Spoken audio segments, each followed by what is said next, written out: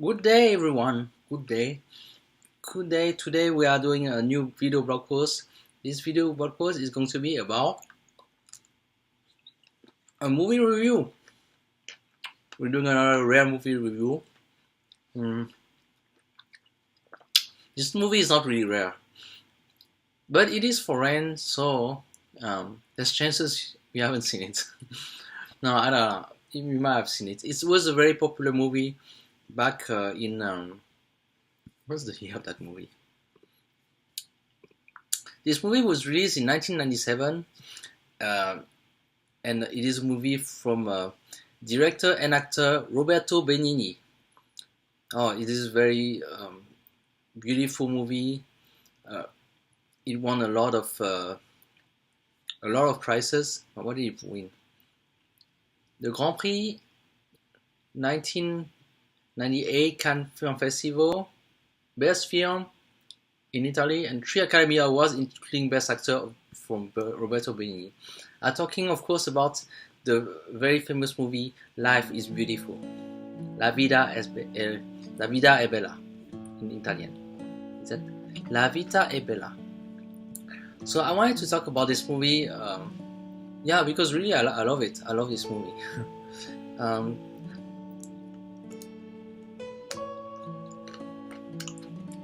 If you don't know about this movie, you should really check it out because it is really a true masterpiece. But I want to give you my take on this movie. You know, there's maybe like I wanted to talk about some of the scenes that I really enjoyed about it, and the movie has like 2 parts going in, and then the first half, I would say maybe a little bit less than half, it's a whole story. It's a love story where you get Roberto Benigni's character, Guido, who's trying to seduce a woman. I forgot her name. She called her princess or something. She must have a name. Well, the actress name is Nicoletta Braschi, who I think is also his partner, Roberto Benigni's partner in real life. I believe so. I could be wrong, but I think they are partners. The whole first half of the movie, actually, even the first half of the movie is really is nice and beautiful. And there was one scene that I felt that was kind of a little bit touching for me. Even though it didn't even reach the second part of the movie, which is actually dark and it's really dark. Yeah, first part of the movie, you got Guido trying to seduce his princess, Nicoletta Braschi, and he gets her at the end. Okay, whatever. But the second part of the movie, they got together, they have a son, and they get sent to concentration camp. So this is very dark, but the thing is, the story is that he's trying to hide from the kid in the concentration camp that it's a concentration camp, right? And also the kid, he's completely blissfully aware about the dark situation, and that sounds like a very recipe for disaster, right? Like you mixing like a very dark subject, very sensitive subject like the Holocaust, and you putting comedy, and then you kind of almost making a mockery out of it by saying that, okay, this kid thinks like it's a playground, but it's actually very dark. But the way it was done is very beautifully made, and I think, you know, I would like to talk about that after we watch the trailer. I have a lot more to say, but I will first watch the trailer and.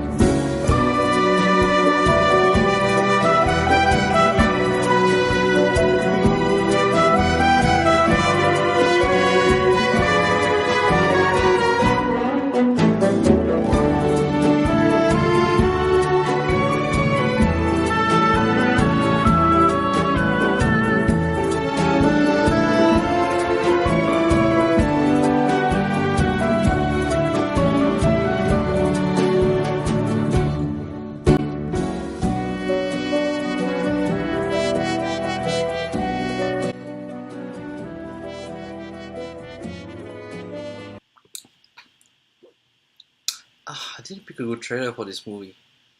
I mean, I just picked one and I thought it's gonna be good, but I really don't like the way that it's getting narrated.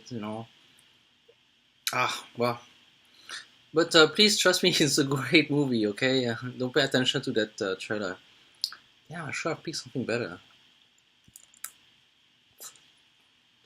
Mm.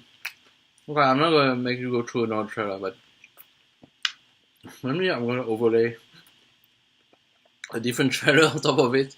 No, you're not gonna notice, and then, well, I mean, you're gonna know because I'm saying it right now. But anyway, what I can say about this movie, like even the first part, actually, one of the first parts of the movie was very touching for me. There's this moment where the character of Guido, he basically he's attending the wedding party of the girl that he loves. The girl that he loves, she's going to marry another man. I mean, it's maybe just circumstances because she doesn't seem to love him that much. But he's there, and then for the first time he realized that the woman that he's been flirting the whole time, she's taken, and also like she's about to get married, and this is a very big blow to his heart, and then he doesn't know what to do. He's acting completely clumsy, very clumsy. He's dropping things on the floor. He grabs the he grabs the dog on the plate and doesn't notice or something. It's a mess, and it's like the whole world falls apart for him. But then he gets a sign from her and that little kiss under the table, and that's like enough to tell himself, oh, actually it's not completely over. And then what happened next is actually, I feel like um, it's very touching for me. I feel because you're in this situation where, okay, you have to do something, but what can you do? Um, you're in the middle of this party, and he's like he needs to do something, to get this girl, because if he let that go, there's no he's gonna lose it, and then he got the sign that he should do something about it. So what he does is later he brings he's just crashed in the middle of the party on top of a horse, and then nobody really pay attention because they think like, oh, it's part of a show or something for the wedding party. And then he goes in front of her, like she's sitting at the table.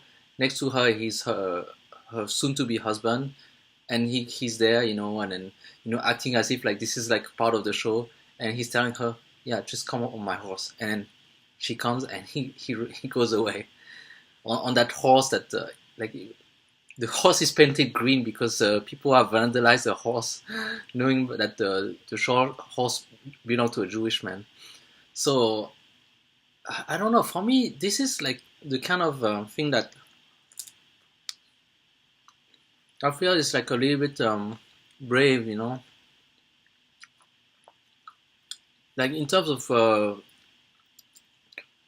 like there's courage in a sense that when you watch a movie, there's courage when somebody know that they will risk their life and then they might lose it, but they still do something. In this case, this is actually a different kind of courage when you know you have to act on the moment, and then you have to trust your instinct that this is the right thing to do. Because I mean, just going in the middle of the party like this, and then with the horse, and then just acting like nothing, and then just taking her away, I felt like this is a very good act of bravery. And then I think this is the moment, yeah, this is the moment really when she came to his side, and then like the rest of the movie, it was like we know that they were together. So I really enjoyed this part of this movie. And so this is the first half, which actually is the part that gets the least attention, I think, because I mean the most significant part is okay, you in the concentration camp. Okay, this is like everything that's happening that is serious is in the concentration camp. And then for that, let's go to the second part, and I'm gonna pick another scene that I really enjoyed. This is the beginning of the the concentration camp. They just arrive. The kid, he's completely clueless, and then the German guard comes in and has to announce to all the Italians that got captured there that okay, you know. So they're Italian, but they're also Jewish, so that's why they got captured in the concentration camp. But so they don't speak German. Maybe there's one person there that speaks German and can translate, and the German person comes in, and he needs somebody like a translator. And Roberto Benigni, the Guido, the main hero, so he has his son there next to him, and he just raises his arm. Mm, mm, mm, mm. I'm gonna translate. So, I'm wondering what the hell is he doing? You know, he doesn't know German. He's just gonna go and translate. But he has a plan. Basically, whatever the guard says, you know, I don't even know what he's saying in German, but probably something like telling all the rules of the concentration camp, and Roberto Giardini is turning that into a game. Like, okay, if you go to this one, if you do this and that, you get 500 points. The final prize for the game is you get a tank, and then you have to hide. Otherwise, if you get caught, then you get eliminated for the game. Everything. And the kid, he's like all ecstatic. He's like, oh, this is a game. This is awesome. Oh my gosh! The thing is, if you think like this is like a mockery of the Holocaust, you might get offended, but this is really funny actually. If you watch it, it's a very funny scene, and then when you watch the kid get all excited, and then inside you feel a little bit sick. It's like, oh my gosh, he's like blissfully unaware of all the horrors that's happening around him, and then this is how the movie is gonna go. So yeah, this is very interesting, and I,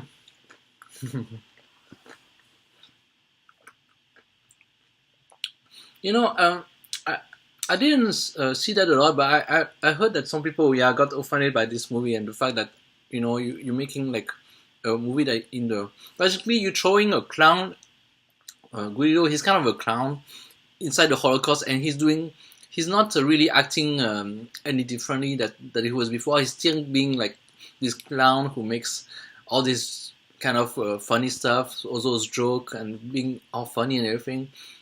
And then you think, oh wow, this is really something. But something that I realized, when I watched the movie and when I thought more about it, this period of time where like basically they were taken to a concentration camp as prisoner, and like us as people in the future from that period of time, we know all the horrors that happened during the Holocaust and like all the massacre that ensued from that, and that they know, and we also knew that whoever was in that concentration camp, they were doomed to die. It was not like something temporary, so we know the extent of the horror that happened there. But just imagine for a second that you were living during that period of time, and you were taken. Like there was this authoritarian regime that really mistreated mistreated Jew and treated it like inferior people, and then take them to a place, I mean, it's not even like you might not actually realize that this was like the extent of the horror, because you actually maybe didn't know that they were bringing people to the gas chamber and killing them. And actually later in the movie, there's a moment where Roberto Benigni and his kid bring his kid around, walks around the concentration camp and finds the massive grave of corpse, and that must have been a very revealing moment for him. But throughout that part before that, I mean, there might have been reasons to be worried, but not to this extent, like. Well, like they might not actually knew that they were like treated like this was like the the goal of bringing them there, like killing them all. So that's why, like throughout the whole movie, you see Roberto Benigni acting a little bit clownish and a little bit blissfully unaware.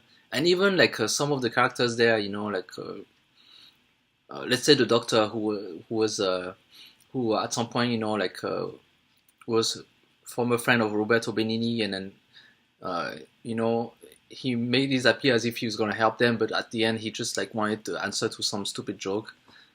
Maybe he's not even aware about all the horrors. Like basically, you get this world where things are bad, but it's not even like clear that it would lead to such horror. So when I watch the movie, like I'm thinking, yeah, okay, they're acting a little bit, no, they would, I think they would have acted a little bit more worried if they knew what was coming on. But that's when I realized that actually, when you watch a movie like this about the horrors of the Holocaust, people might not be actually aware at that time about the horror that is happening. So this is something very that I've been thinking a lot, because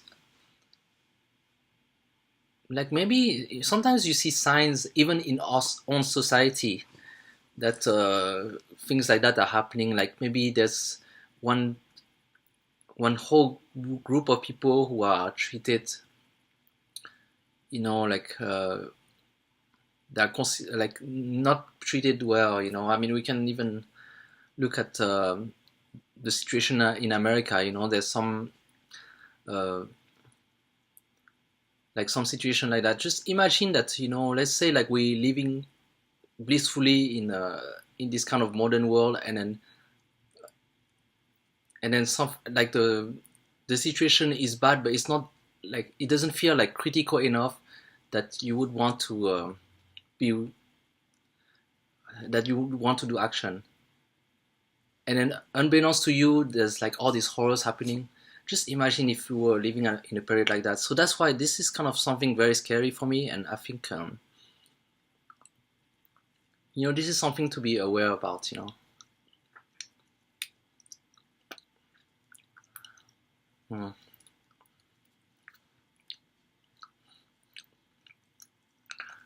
I don't have a. I don't know what's the point of what I just talked about.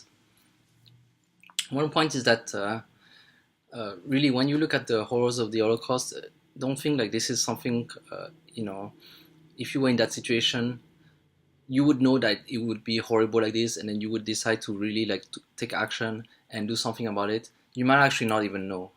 And just be careful, because it's not that hard for our own society to turn into this kind of horror. So just keep an eye out for that, and always be good to each other, because that's one way that we can avoid the tragedy of the Holocaust. Got a little bit political there, right? But